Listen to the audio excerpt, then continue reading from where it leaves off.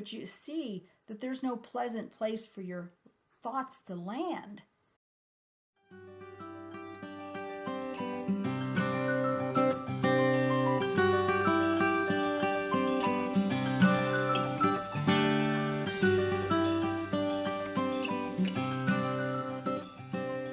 Hello, and welcome to Therapy Notes 30. I'm your host, Dr. Elaine Malik. This is where practical psychology meets everyday living. This is a site where I talk about concepts, issues, topics that we hear in therapy. This is not meant to treat or diagnose anything, but is for educational purposes only. So come along and listen to some of the everyday things that we talk about in therapy. We're going to talk today about one of the critical issues that has to do with adjusting after a breakup, and what has happened to a lot of people. And we're going to talk a lot about women, but it's absolutely true for men too. So this is not something that is sort of only has to do with women and not men.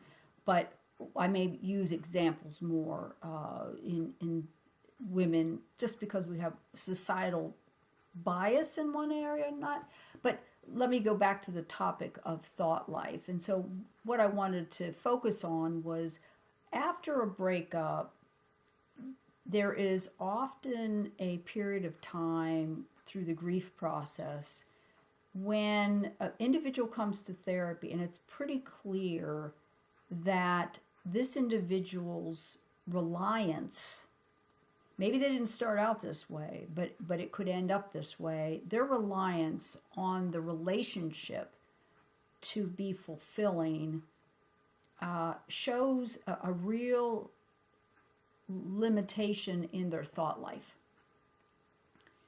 And so we have to work a lot on what is an active thought life, how to obtain it, how to sustain it, and what's its importance.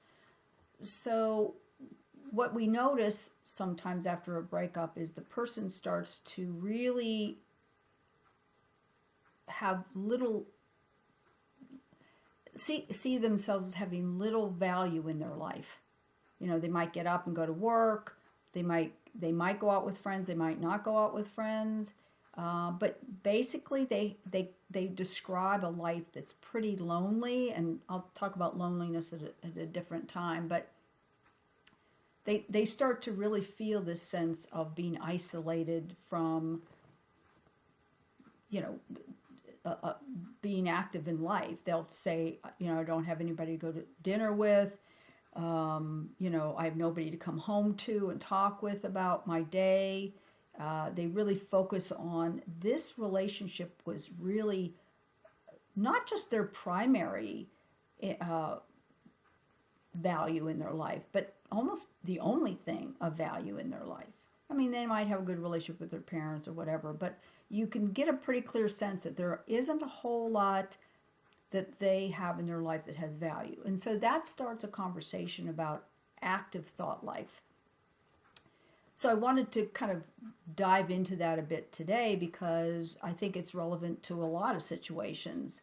When somebody comes in and says, my life doesn't have meaning, or I don't know how, I moved to a new town and I don't know anybody and I don't know what to do with myself.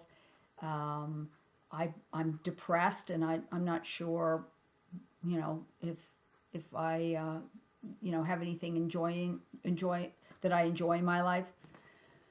And so let's talk about thought life. A thought life is what happens in between our ears when we're not busy doing something else. So when you're not at work and you're not doing tasks, what are you doing?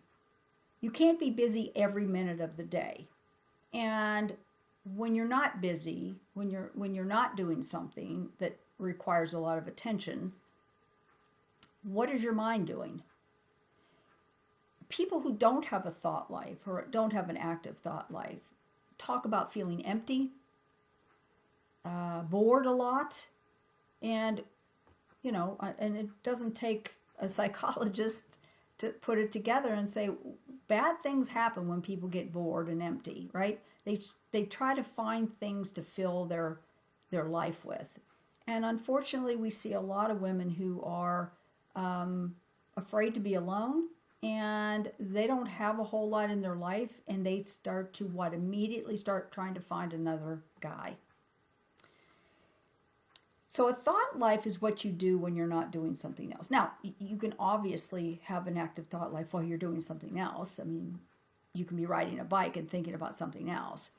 So a thought life is something that we think about, and we think about in ways that have purpose and meaning.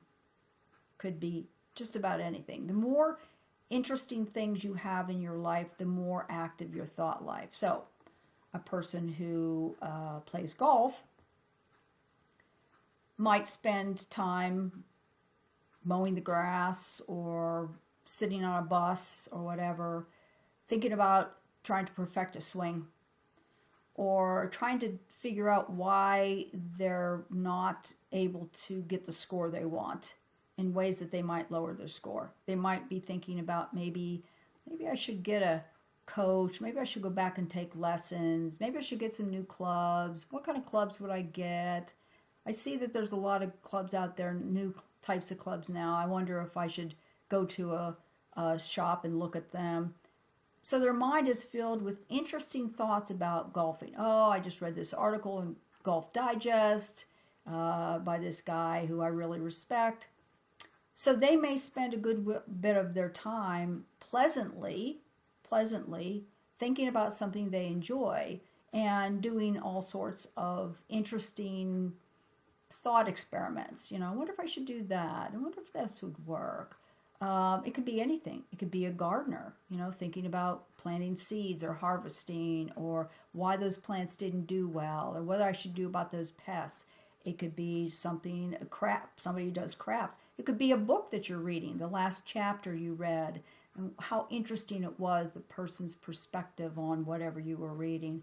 It could be about, making something, going to see something.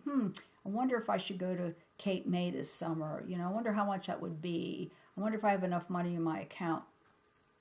The more ways that you're invested in life, in engaging in things, the more thought life you'll have. If your thought life is really limited to the relationship you were in, well, if that relationship ends, there's a lot of time that you're in your head thinking about what went wrong, why this person didn't stay or why you didn't stay, all the mistakes the relationship made, or all the wonderful times you're not going to have anymore. See how your thought life now becomes it's almost a place of misery, and there's nowhere to go. And we'll talk about self-soothing in another video, but you see that there's no pleasant place for your thoughts to land. You don't have anything to engage you, and not just soothe you, but to motivate you. Wow, I'm thinking about that next trip. I can't wait to get home and make sure my tent is in good shape. Maybe what I need to do is, figure out if my hiking poles are still good. They weren't very good last year. I better probably get some more. This sort of activating you into doing new things, trying new things. So a thought life is not just the beginning of starting an activity, but it sustains that activity. It gives that activity some place to land in your head that can fill those hours that most of us have where we're not fully engaged in what we're doing. Yes, you're fully engaged at work perhaps, but there's probably times to and from work, or on the weekends, or on your days off, at night when you wake up in the middle of the night. If you don't have something interesting to think about, something that's engaging, thoughts can start going down paths that are not self-enhancing. Worrying about things, feeling empty, feeling that there isn't anywhere for your thoughts to go that give back to you. So having an active thought life is really, really important, not just in hard times when there's been a breakup, but you also bring that to conversations. And we'll talk a lot about assertiveness and communication and how to have meaningful conversations. But if you don't have much of a thought life, if somebody says, "So what you've been doing?" and you say, "Oh, not much," you can see how that you can understand how that creates a feeling that you don't have a lot of interesting things going on in your life because you don't have an active thought life. You're not bringing something to that conversation that might spur on more conversation or a better relationship or a deeper relationship or even just a pleasant conversation with somebody who's you're chatting with at an event or whatever. So active thought life often keeps us activated in life. It keeps us engaged in life. It gives us something to do when we're not engaged in some activity that takes our concentration, all our concentration. And it does tend to give us a feeling of purpose and meaning in our life. I have things that matter to me, that I think about them, and I want to build upon either what I've done in the past or start off doing something else that maybe I haven't done before. So thought life has a lot to do with feeling fully present in your life, fully engaged in your life. And like I said, a lot of times women who have put so much emphasis on being in a relationship, so much as their self-worth and identity is in their relationship with a partner, that if that relationship doesn't work out, when you ask them, what are you going to do this weekend? Look for a man.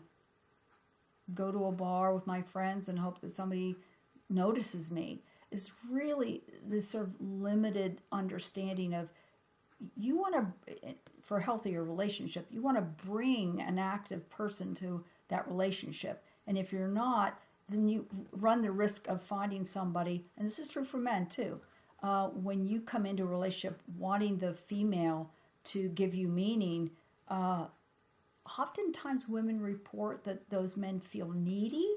They feel like they care too much. They're trying too hard. And that's true for men, who talk to me about dating and women that feel needy. Without a active thought life, you can feel needy because there isn't a whole lot of energy that you're bringing to a relationship. So active thought life is good for everybody. Everybody needs to have an active thought life. You can work on that. So if you're sitting there thinking, ooh, gee, I don't really sit and think about much of anything. I just watch TV and doom scroll. That's another issue that we can talk about someday. But it's this sense of you have to come up with a way to have interesting thoughts about things that interest you. If you start with, I don't have any interests, well, then you start at the very beginning. Life is a smorgasbord. I mean, literally, there are so many things in life that you can invest yourself into. You would never run out of things to try. And so sit down with a piece of paper and start writing out things you think you might be interested in. I mean, I know that sounds wacky, but just start with writing things down on a piece of paper and try to figure out, do I think I'd like darts? Okay, I'll try to find a place I can practice throwing darts. Or maybe I'd like to do curling. Not that I think that most people would, but I knew somebody who enjoyed curling, so that's something. Crocheting, collecting seashells, stamp collector, archery. I mean, literally, there are so many things in life to try. Physical, mental, spiritual, emotional, intellectual. There's so many things that you can try that you want to begin to create a thought life. Reading books, I mean, that's the simplest way to start, is start reading books, and that'll start giving you something to think about. So that's thought life.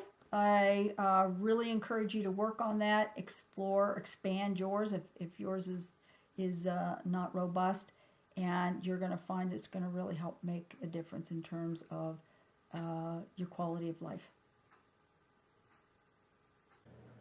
Thank you for joining us today. I hope you found this informative. If you have some topics you'd like me to discuss, please put them in the comments below.